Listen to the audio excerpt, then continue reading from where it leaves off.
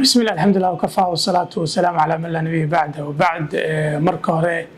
waxaan ku faraxsanahay in aan ka mid ahay macaamiisha Kaafiya Technology Center oo horey noogu sameysay software system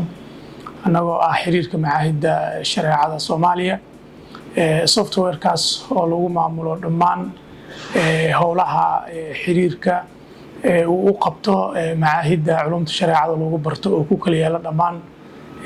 Soomaaliya oo dhan ay ugu horeyso serviceka shahaado diyaarinta shahaado daabicidda qaybta maaliyadda ama financiga iyo qaybaha kala duwan haday noqon lahayd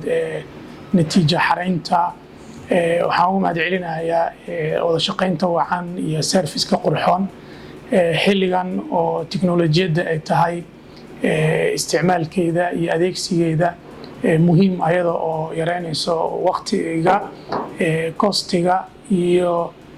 dadaalo badan ama howlo badan oo ku bixi jiray marka si minimal loo qabanayo shaqadaas haday tahay imtixaanaadka shahaado sameynta howl aad iyo aad waqti badan ay ku bixi jirtay dadaalo badan ay ku bixi jirtay laakiin markii loo bedelo qaab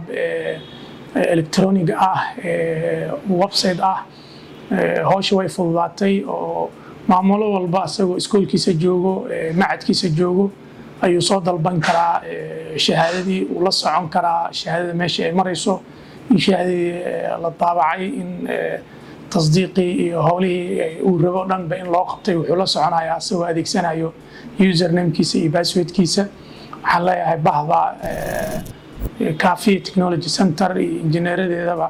waa ku mahadsantihiin khidmadaas dhammaanna goobaha waxbarashada iyo muassasaadka tacliimiga waxaan ugu baaqaynaa in horumarka tiknoolajiyadda xilligan la joogo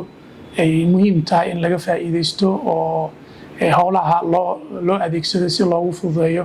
howlaha waxaan leeyahay mar labaad iyo mar saddexaad bahda Kaafiya Technology Center waa ku mahadsantihiin